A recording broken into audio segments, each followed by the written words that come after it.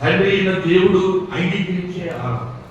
ఆ తండ్రి అయిన దేవుడు కుమారుడిని నిన్నగా ప్రేమించాడు. ఆ తండ్రి అయిన దేవునికి కుమారుడైన క్రీస్తు టోటల్ ఒబీడియన్స్ అంటే పరిపూర్ణమైన విధేయత చూపి ఏదేనులో మొట్టమొదటి మానవుడైన ఆదాము ఏదైనా వనములో దేవుడిని నిరాకరించి వెళ్ళిపోయి మాటను కోట వెలుపటి పక్కవి యెర్షెమనే వనంలో మరి యొక్క ఆదాము కలపట్ల క్రీస్తు ప్రభువు తండ్రి దేవుని చిత్తాన్ని నెరవేర్చడానికి ఈ గిన్నెను నా యొద్ద నుండి తొలగించుము అయినను నీ చిత్తమే. మనలో చాలా మంది అయ్యా నీకు దండం పెడితే ఎట్లుందంట ఈ నెంతో గట్ట తప్పి అయ్యా నాకు భయం వేస్తుంది అయ్యా అయ్యా నీ మాట ఇవ్వడానికి మనకు సమాధానం ఇవ్వడానికి మన కనువింపు కలుగు చేయడానికి తన ఆత్మ ద్వారా అనే పరిపూర్ణ దాస్యపు శృంఖలాల్లో నుండి వాటి ఎత్తుపోయింది. అదే ఆత్మను తండ్రి అయిన దేవుని పోలికను మనం కోల్పోయి ఈ రోజున దేవుని మహిమను పొందలేకపోతున్నారు కదా మనుషులు.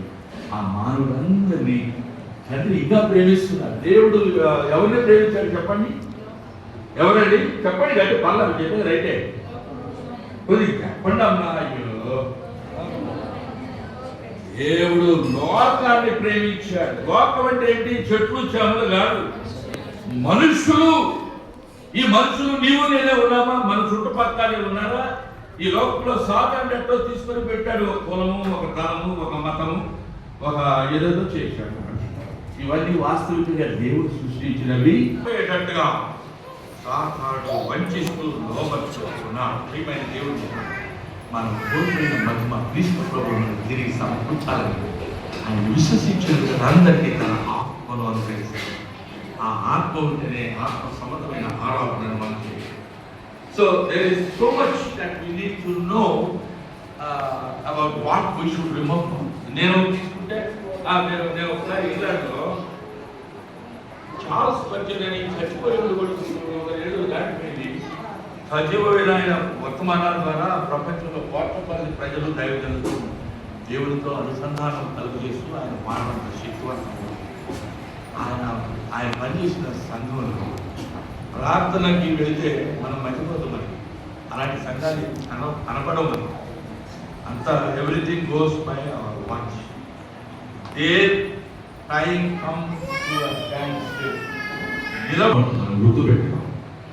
దేవుడు మనం గుర్తుపెట్టుకోవాలని మనం కోరుకునేది ఏంటంటే కీర్తన గ్రంథం ఒకసారి చూద్దామా? 120వ అధ్యాయము 3వ వచనం.